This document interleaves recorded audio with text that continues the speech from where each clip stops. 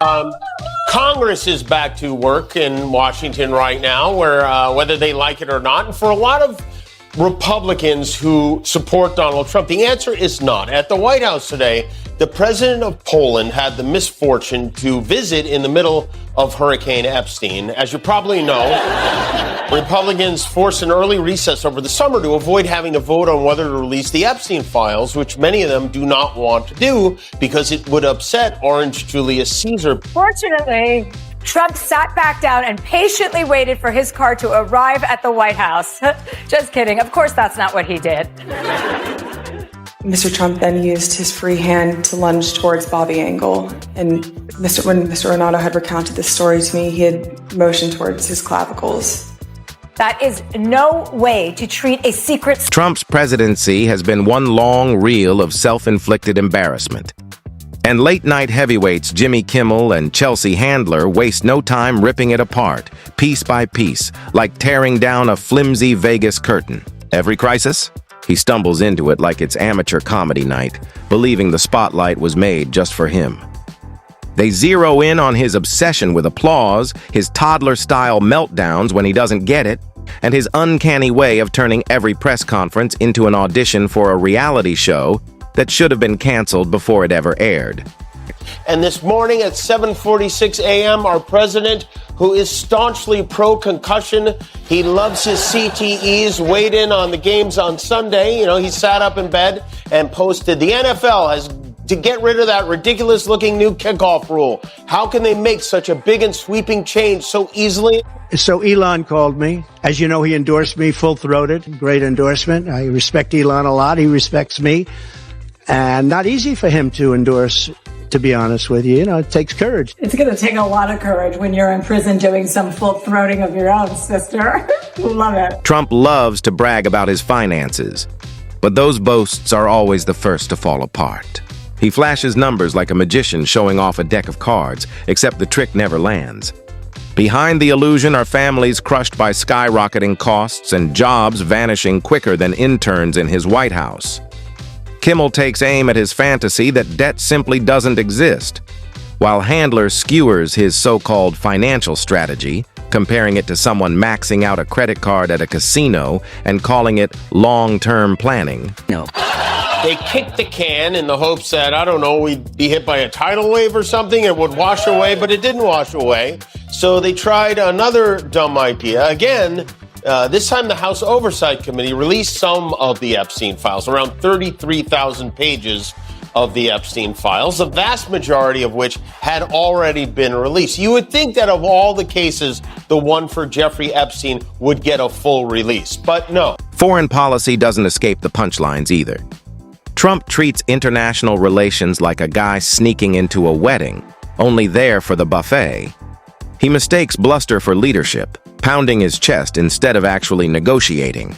Handler jokes about his over-the-top bravado, while Kimmel points out how his allies react, like hosts forced to tolerate the guest nobody invited.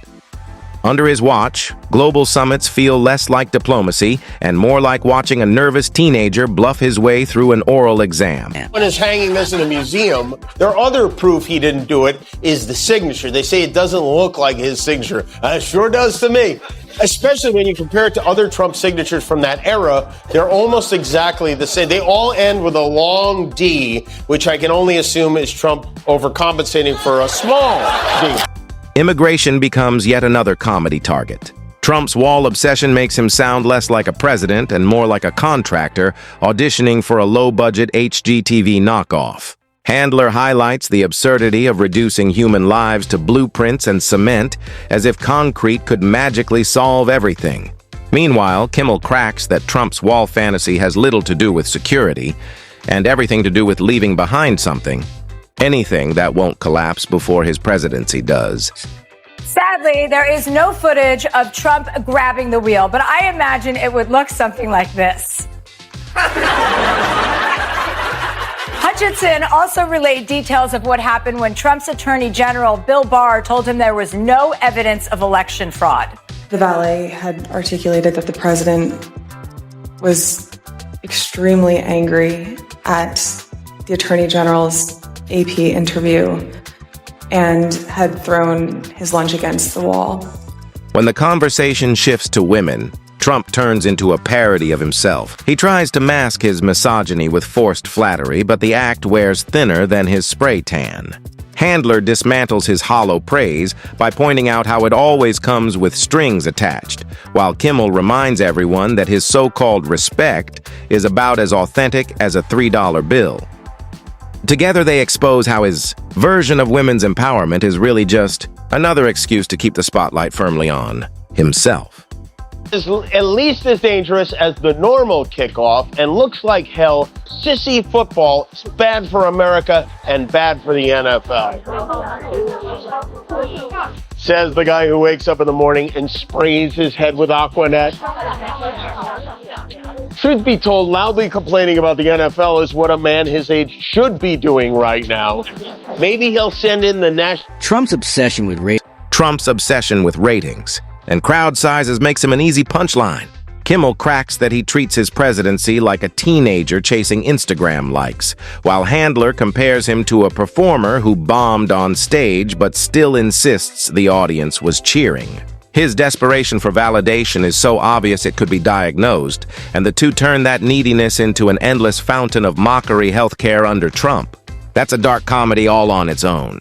His promises of miracle plans never appear, leaving millions trapped in the same broken system. Kimmel, who's been vocal about the need for affordable health care, rips apart the hollow proposals with sharp precision.